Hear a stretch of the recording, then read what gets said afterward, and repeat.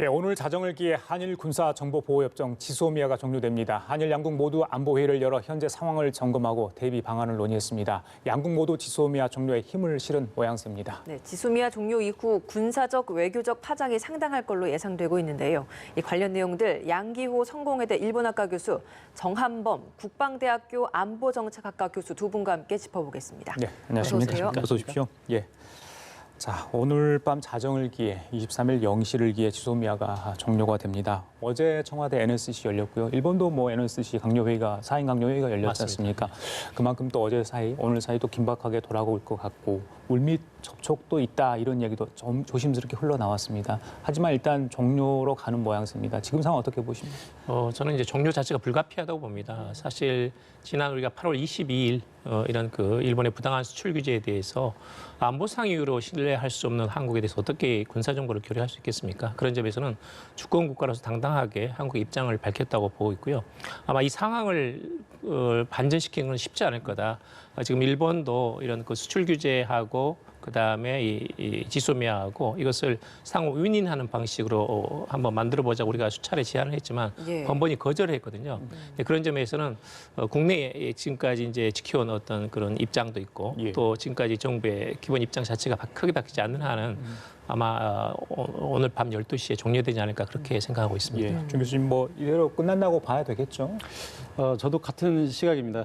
이게 우리 정부가 지난 8월 22일 날 이제 결정을 내렸거든요. 이게 그냥 단순히 외교부에서 논평을 낸다든지 이런 식이 아니고 정부가 공신력 있는 과정을 통해서 공식적인 결정을 내린 거기 때문에 이것을 손바닥 뒤집듯이 뒤집을 수는 없고요. 분명히 우리 정부가 끝까지 노력을 하면서 일본의 부당한 수출 규제가 해제가 된다면 우리도 이 지소미아를 종료를 처리하겠다 이런 입장을 공식적으로 밝혔습니다. 그런데 일본이 아무런 움직임을 취하지 않고 있는 상황에서 우리 정부가 공식적으로 내린 결정을 지금에 와서 뒤집는다는 것은 우리 국격에도 맞지 않다 이렇게 생각을 합니다. 그럼 지소미아가 종료되면 그 종료와 동시에 북한의 도발과 관련된 군사 정보가 한일 간에 완전히 종료가 되는 겁니까? 그렇지는 않습니다. 우리가 잘 아시다시피 지금보다 훨씬 안보 상황이 열악했던 냉전 시대에도 우리 안보에는 전혀 이상이 없었거든요. 그것은 이제 한미 간의 동맹 그리고 미일 간의 동맹을 축으로 해서 또 미국이 중간에 있으면서 우리가 이제 티사라고 해서 정보 공유 협정이 있었습니다. 그래서 한국의 정보가 미국을 통해서 일본으로 가고요. 또 일본의 정보가 미국을 통해서 한국으로 오고 이런 협조는 진행이 됐었고요. 다만 이제 지소미아를 통해서 우리가 한일 간의 직접적인 정보 교류가 이제 좀 어려워질 수 있는데 그렇다고 해서 이것이 다 차단된다거나 그런 의미로 해석할 필요는 없을 것 같습니다. 대북 정보 공유상의 어떤 문제, 허점이 발견될 거다 이런 우려는 안 해도 되는 겁니까? 지금보다야 조금 어려울 수 있겠습니다만 그 정보가 원활하지 않아서 아마 대북 대응에 큰 우려가 공백이 생길 것이다 이런 것은 좀 약간 좀 지나친 우려가 아닐까 이렇게 생각을 합니다. 그러면 마저 여쭤볼게요. 티사라는 게 있잖아요. 지금 화면에 잠깐 나오고 있습니다만 한미일 정보 공유 협정이 있는데 과연 저 부분을 대체할 수 있을까? 지소미아 종료 이후에 저 협정이 대체할 수 있을까? 그 부분도 좀 의문인데 어떻게 보십니까? 완전히 대체는 힘들 거라고 생각을 합니다. 그러니까 지금보다 분명히 어려운 점은 있겠지만 현재 한반도의 안보 상황이라든지 종합적인 분석을 해보면 우리가 아주 위중한 상황이 벌어져서 일본에 꼭 필요한 정보를 주지 못한다든지 일본으로부터 꼭 필요한 정보를 받지 못한다든지 이런 상황은 없을 거다. 정말 중요한 정보라면 미국을 통해서 교류가 될 거고요. 또 미국을 통해서도 안 된다면 양국 정상들 간에 분명히 결단을 통해서 충분히 안보에 공백이 없게 취할 수 있다 이렇게 생각을 합니다. 막판에 이제 미국이 좀 중재를 하느라 굉장히 좀 분주했다라는 보도들도 좀 많이 나오더라고요. 미국이 중재자로서 그동안 그럼 어느 정도의 역할을 했다라고 평가를 하시는지 이것도 궁금합니다. 저는 약간 부족하지 않았나 하는 생각이 듭니다. 그러니까 사실 이제 주한미군, 주일미군이 있지 않습니까? 그러니까 한반도 유사시에서는 이제 북한의 미사일의 제1차 타격 대상이거든요. 자국민의 문제입니다. 그런 점에서는 일본의 부당한 수출 규제에 대해서 미국이 적극적으로 좀 개입했어야 되지 않나는 생각이 듭니다. 사실 이제 오바마 정권까지는 이제 동맹 관리 차원에서 이런 한미 동맹 자체가 나름대로 잘 유지가 되었다고 봅니다. 그런데 이제 방위비 분담 문제라든지 또는 이제 이런 지소미아에 대한 미국 측의 어떤 적극적인 중재라든지 좀 이런 게 부족했던 데 아쉬움이 있습니다. 사실 이제 미국으로서는 지금 중국과 러시아가 상당히 가까워지고 있고 안보 협력 단계를 넘어서 가지고 앞으로 이제 동맹까지 발전할 수도 있다는 예. 이야기도 나오고 있거든요. 근데 그런 점에서 이제 미국은 다각도로 이제 고민을 하고 있고 한미일 간의 안보 협력, 특히 이제 지소미아라는 것은 이 한미일 간의 안보 협력을 완성시키는 하나의 그런 기제이기 때문에 이걸 강고하게 유지해야 된다는 그런 생각이 굉장히 강했습니다. 또 뿐만 아니라 이제 인도 태평양 전략에 있어서 중국을 적절하게 견제할 수 있는 한미일 간의 안보 협력을 강고하게 하는 아주 중요한 수단이었다 이렇게 보고 있었는데 사실은 그동안에 이제 한국 측에서 수차례 이제 미국에 이런 그 대표단을 보내거나 또는 국회라든지 청와대에서 많은 인사들이 가지 않았습니까? 예. 그러니까 많은 설득을 했는데 지금 이렇게 돌이켜 보면 약간 좀 부족하지 않았나. 그렇지만 이제 그 자체는 이것은 뭐 한미 동맹 자체에 커다란 영향을 미치는 것 자체는 아니니까요. 이것을 이제 어떻게 보완할 수 있을까? 앞으로 티세라든지 이런 걸 조금 더 강화시켜 나가면서 한미일 동맹을 좀 더 안정시키는 방향으로 그리고 또 뭐 문재인 대통령도 말씀하셨지만 한일 간의 안보 협력은 지속해 나가겠다는 그런 언급을 하셨거든요. 그런 점에서는 앞으로 이제 대안을 어떻게 찾아 나갈 것인가에 대해서는 한미 간의 긴밀한 좀 협의가 필요하지 않을까 그렇게 이 생각합니다. 질문은 정 교수께도 드려야 될 것 같아요. 연장이냐 종료냐 관련해서 미국이 어느 선택지를 택하느냐. 지금 뭐 일본이 뭐 확답은 하자고 있지 않지만은 기본적으로 저희하고 다른 입장이고 어떻게 보면 미국도 일본 쪽과 같은 입장 아니겠습니까? 그동안 뭐 중국과 러시아가 뭐 우리 측 방공 식별구역 침범해오고 북한은 미사일 도발 계속하고 그럼 미국도 뭔가 이 부분에 대한 대안이 필요할 것 같은데 자꾸 저렇게 나오는 거 보면 좀 서운하다는 이런 느낌도 들거든요. 좀 적극적으로 일본 측을 중재할 수는 없었을까요? 저도 조금 아쉬운 면이 있습니다. 그러니까 지난 8월 22일 날 우리가 이제 지소미아 종료 결정을 내리고 공을 일본 쪽으로 넘겼거든요. 이제 공이 우리 코트에 있지 않고 일본 코트에 있었는데 이 부분을 미국이 좀 간과한 것 같습니다. 그러니까 우리 정부가 아까도 말씀드렸습니다만 뭐 임시적인 조치라든지 뭐 아니면 뭐 공식적인 절차를 거치지 않고 지소미아 종료를 얘기를 했다면 뭐 정치적인 발언을 했다면 아직 공이 우리 코트에 있는 게 맞고요. 그래서 우리가 뭔가 할 수 있는 것이 있었지만 이미 그때는 우리 정부가 공식적인 결정을 내려서 이미 공을 일본 코트로 넘겨놨거든요. 그러면 이제 미국도 정말 이 지소미아에 대한 필요성을 절감하고 있다면 우리 정부가 정말 아픈 곳이 무엇이고 가려운 곳이 어딘지를 좀 미국 정부도 좀 헤아렸어야 되는데 사실 그 부분을 이해를 못한 거고요. 또 하나 아쉬운 점은 사실 그 일본의 수출 규제라고 하는 것이 단순한 경제 문제라고 해석하시는 분들이 좀 있는 것 같아요. 뭐 국내에서나 미국이나. 그러나 이제 저희처럼 이제 안보를 전공하는 사람들 입장에서는 사실 최근의 안보라고 하는 것은 단순히 군사적인 문제뿐만이 아니라 군사안보뿐만이 아니라 총력안보, 포괄안보라는 개념을 사용을 합니다. 그래서 경제적인 거, 문화적인 거, 환경 이런 모든 것들이 다 안보와 관련돼 있거든요. 그중에서도 경제는 굉장히 치명적인 것이고요.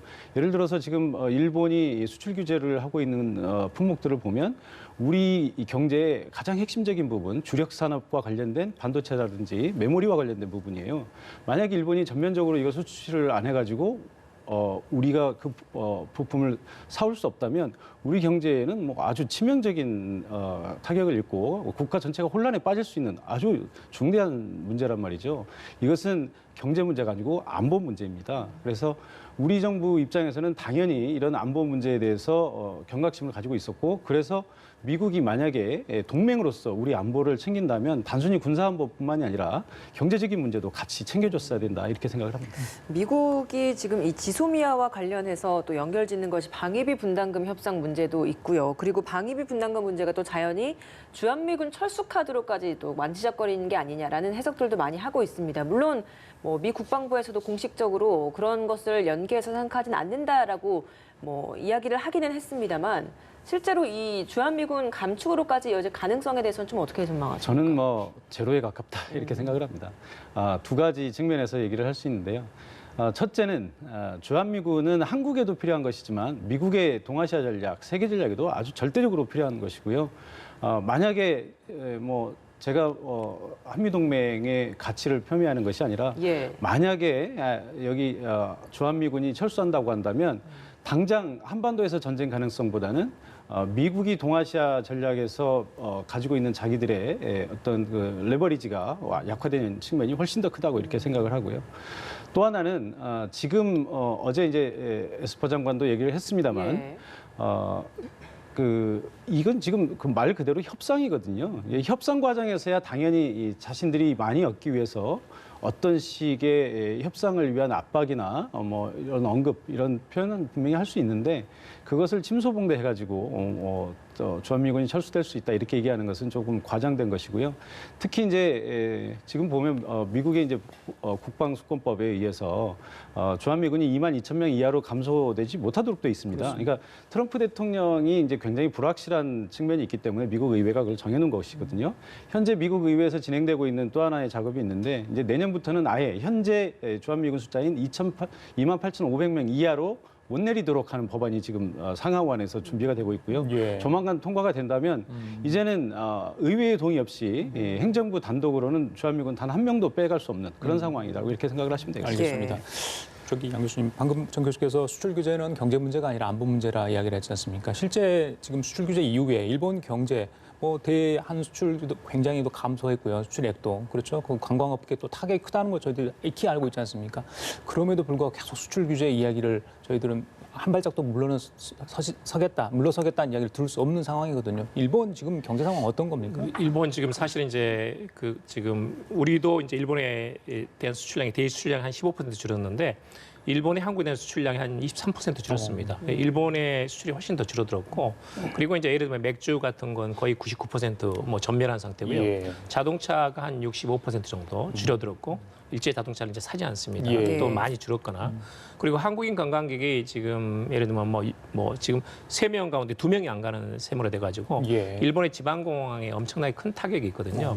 사실은 이제 일본 측에서는 지자체에서는 저출산 이제 고령화로 예. 어떤 그 인구도 없고 활력도 없기 때문에 외국인 관광객들이 들어와가지고 일본에서는 주로 현금 사이기 때문에 예. 현금이 돌면서 이제 지역 경제가 활성화되는 그렇죠. 거기서 가장 큰 손님이 한국인이었고 예. 그 이제 시스템 자체가 무너진 거죠. 더구나 이제 많이 올 줄 알고 그동안에 면세점이라든지 공항이라든지 증축을 하고 새로 신설을 했었는데 그런 것들이 이제 대규모로 적자로 줄어들면서 예, 예. 아예 지금 이제 항공 노선 자체가 폐지된 데가 있습니다. 근데 그런 점에서는 지금 일본 지자체나 예를 들면 유니클로 같은 것도 마찬가지지만 굉장히 지금 아베 정권에 대해 쓴소리를 많이 뱉어내고 있거든요. 그런 점에서는 일본 측이 상당히 저는 손해를 많이 봤다고 보고 예를 들면 반도체 수출은 우리가 지금 꾸준히 늘고 있습니다. 지금 수년 전에 비해서는 훨씬 더 많이 늘고 있고 그래서 여러 가지 이제 국내 제품화 또는 국산화 또는 이제 수입선 다변화 이런 데서 상당히 나름대로 잘 대처하고 있다 이렇게 봅니다. 그 경제 관료들이나 또 지방 정부에서 그렇다면 그런 상황을 충분히 총리실에 아베 총리 귀에 들어갈 수 있도록 전달할 거 아닙니까? 그렇다면 아베 총리도 뭔가 부담이 될 텐데 전혀 움직임이 아베 없는 이유는 뭐예요? 총리도 이제 부담이 되는 건 사실인데 사실 이제 수출 규제 자체는 일본 측의 명분은 뭐냐면 전략물자 통제를 한국이 못 하고 있다. 한국으로 수출된 에칭가스가 중국을 경유해가지고 예를 들면 이란이나 북한 이거 완전히 다 페이크 뉴스입니다. 가짜 뉴스거든요.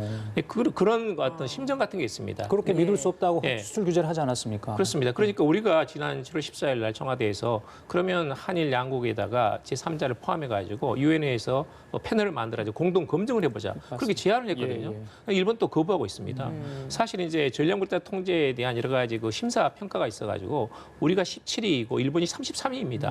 우리가 바사나르 체제 포함, 호주 체제 포함해가지고 4개 체제 다 가입해 있고 우리가 훨씬 더 모범적인 나라입니다. 근데 그런 점에서는 상당히 이제 부당한 것이고 사실은 이게 이제 경제 보복인데 명분을 그렇게 만들었거든요. 근데 일본 그 외교라는 게 상당히 좀 재미있는 데가 있어가지고 일단 명분을 한번 만들어 놓으면 더 이상 빠져나가지를 못합니다. 근데 이것은 한번 만들면 이것은 지속돼야 되거든요. 그러니까 이제 명분 자체를 한번 걸게 되면 명분이 틀렸다는 말은 절대 하지 않습니다.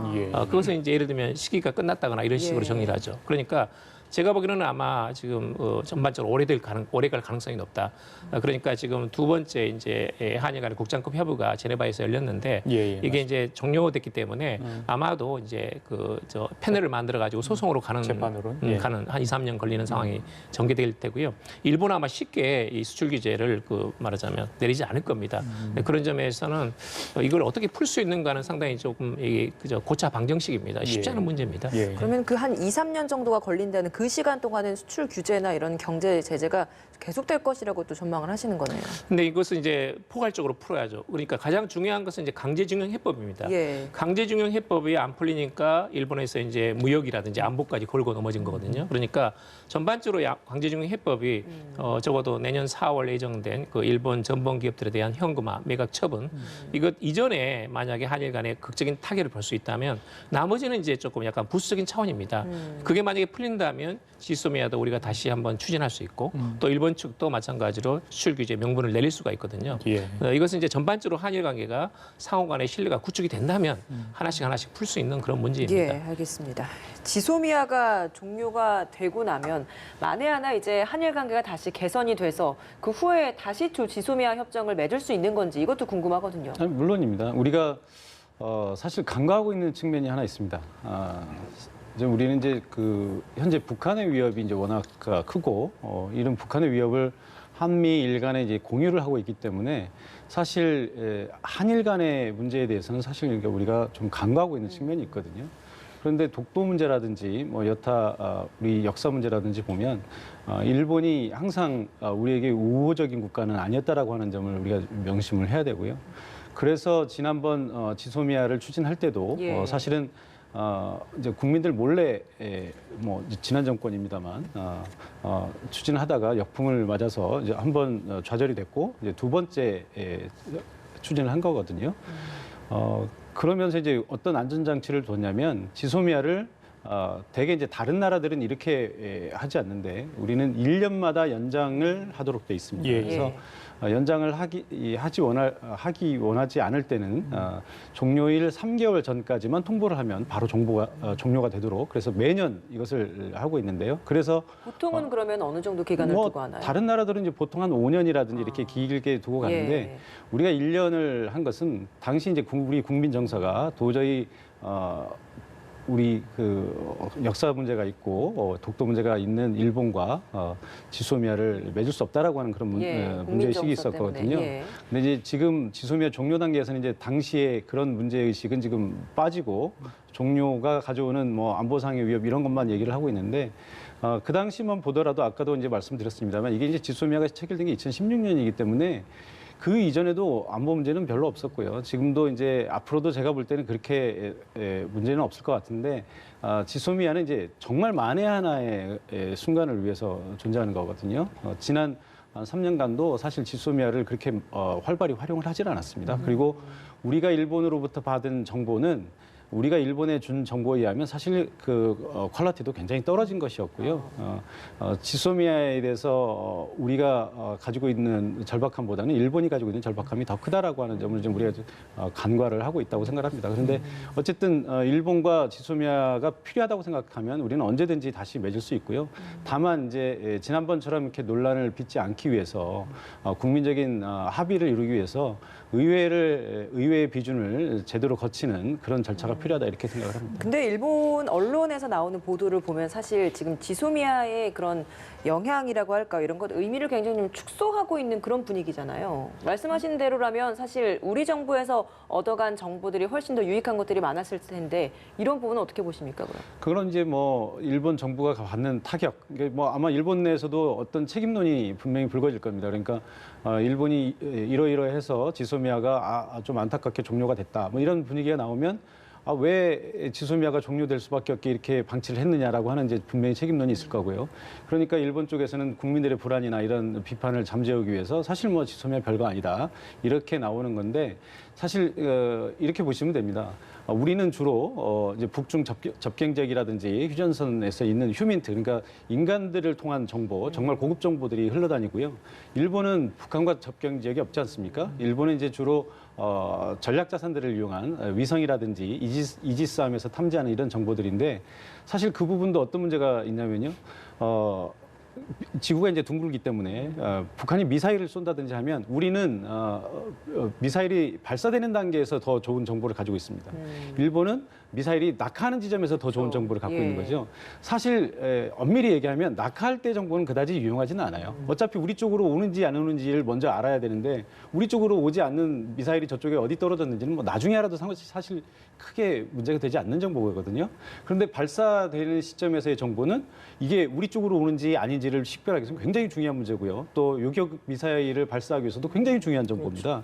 그렇기 때문에 우리 쪽에서 일본에 주는 정보가 일본에서 우리에게 주는 정보보다는 뭐 수십 배, 수백 배의 가치가 있다 이렇게 생각을 합니다. 예. 왜 이렇게까지 왔는지 되돌릴 수 없는 상황은 분명해 보입니다. 교수님, 그 지소미아 종료 앞두고 문재인 대통령 지난번에 국민과의 대화에서 종료되더라도 앞으로 한일 간의 안보 협력은 뭐 지속될 가능성이 있다, 할 거다 이런 이야기를 하지 않았습니까? 한일 간 또 한미 간의 관계 변화 종료 이후 내일부터 당장 뭐 그런 상황이 벌어질지 모르겠습니다. 어떤 변화가 있을 거로 예상하십니까? 그래서 뭐 저는 뭐 큰 변화는 있을 거라고 생각하지 않습니다. 그러니까 뭐 지소미아나 이제 한일 간의 군사 정보 보호 협정인데 아까 이제 박 교수님께서 말씀하셨듯이 우리가 이제 받는 정보보다는 주는 정보가 훨씬 크거든요. 네, 그런 점에서는 또 일본 정부도 이미 수출 규제를 처리할 수 없다는 입장을 지속적으로 밝혔기 때문에 예. 한일 양국 정부 간에 이건 이제 합의가 있는 것이고 양국 국민도 예를 들면 이제 일본 같은 경우는 8% 정도가 종료돼도 좋다라는 그런 그 답변을 했고요. 우리 측도 거의 70% 이상이 지금 종료가 뭐 어쩔 수 없다라는 그런 입장이거든요. 국민들이. 그런 점에서는 지금 현 단계에서는 양국 국민하고 정부가 이 자체에 대해서 크게 부정적인 입장은 아닙니다. 네, 그런 점에서는 물론 좀 아쉽지만 이것을 좀 보완하는 방법을 좀 만들어내면 될 것 같고요. 근데 미국 한미 동맹 자체도 아까도 이야기가 나왔지만 주한미군 철수라든지 이런 것들은 있을 수 없는 이야기고 그건 이제 일종의 저는 가짜 뉴스라고 보고 있습니다. 그런 점에서는 오히려 지금 문재인 정부 들어와가지고 한미 동맹을 어떻게 강화시킬 것인가에 대해서는 많은 그런 노력을 해왔고 많은 또 투자도 해왔다고 봅니다. 그런 점에서는 한층 더 그 높은 차원의 한미 동맹을 강화시켜 나갈 수 있는 그런 보완책을 우리가 좀 만들어 나갈 필요가 있지 않나는 생각이 듭니다. 최근 그 문희상 국회의장이 제안을 했었던 1+1+, 알파 그 방안을 두고 아베 총리가 좀 긍정적으로 생각하고 있다라는 이야기도 있더라고요. 그럼 이런 부분으로 좀 방향을 잡아갈 수도 있는 거겠습니까? 일본 측도 이제 저 내년 뭐 봄이면 이제 현금화될 가능성도 있거든요. 일본 전범 기업들의 자산이 처분되면서. 예. 근데 그건 이제 일본 측도 외교적인 실패죠. 그런 점에서는 한국과의 어느 정도의 타협이 불가피하다는 걸 잘 알고 있습니다. 그래서 전반적으로는 지금 우리가 6월 17일 날 제안한 이런 그 1+1+ 알파 그러니까 한국과 일본 기업들의 자발적인 모금 그리고 예. 우리 정부 또는 이제 문희상 의장이 제안한 대로 한국 국민들의 성금까지 포함해가지고 다양한 방안이 이제 검토되고 있는데요. 사실 이제 문희상 의장 안에 대해서는 일단은 저는 이제 전반적으로 이 문제를 풀어나가자는 국회 차원에서의 어떤 그런 그 입장이라고 생각하고요. 그런데 이제 그 피해자들은 상당히 지금 여기에 대해서 찬성하고 있지 않습니다. 그러니까 일본 기업들의 사죄가 반드시 있어야 된다라는 것이고 그런 점에서는 이것을 어떤 기금을 만들고 국민들이 성금을 모아가지고 이런 그 보상 문제를 해결한다는 것 자체에 대해서는 지금 이 피해자들이 굉장히 반발하고 있거든요. 그런 점에서는 정부도 그건 이제 수차례 언급을 했지만 어디까지나 피해자들이 수용할 수 있는 대안이어야 되고 그다음에 동의가 있어야 된다. 그것이 가장 중요하다 이렇게 언급을 한 바 있습니다. 근데 그걸 이제 그런 1+1+ 알파에다가 피해자들의 사죄 보상을 어떤 만족할 만한 또 수용할 수 있는 수준 그런 것들이 이제 결합된 상태에서 한일 양국 정부와 국민 무엇보다도 피해자들이 수용할 수 있는 안을 만들어 나가는 그런 그 노력의 일환이라고 봅니다. 그런 것들은 조금 더 긍정적으로 볼 필요가 있다고 생각합니다. 교수님, 아베 신조 일본 총리 전후 또 그 이전까지 해서 최장수 총리가 되지 않았습니까? 뭐 복권 모임인가요? 그 정부 주관으로 했던 그것 때문에 좀 수세에 몰린 상황인데 그렇다 보니까 오히려 이런 한일 관계랄지 이 외교 관련 문제를 오히려 발판으로 삼아서 그러니까 시선을 외부 쪽으로 돌리려고 오히려 더 우경화될 수 있다 이런 지적도 있던데 그건 지금 얼마든지 있을 수 있습니다. 사실 이제 북한에서 그동안 이제 중국 비판을 하다가 최근 수년간은 이제 북한 때리기를 했거든요. 근데 금년 들어가지고 뭐 아무런 조건 없이 뭐 납치자 문제 선결 없어도 북일 간의 정상회담을 하루빨리 하자고 수차례 지금 제안하고 있습니다. 지금 이제 더 이상 북한 때리기가 통하지 않거든요. 그러다 보니까 남은 건 지금 한국 때리기입니다. 저는 사실은 그동안 수차례 우리가 진정성을 가지고 이 문제를 해결해 나가자고 제안했는데 계속 거부하면서 지금 허들을 올리고 있거든요. 그런 점에서는 과연 일본 정부가 한일 관계를 개선하는 좀 진정성이 있는지에 대해서는 사실 저는 약간 의심이 있습니다.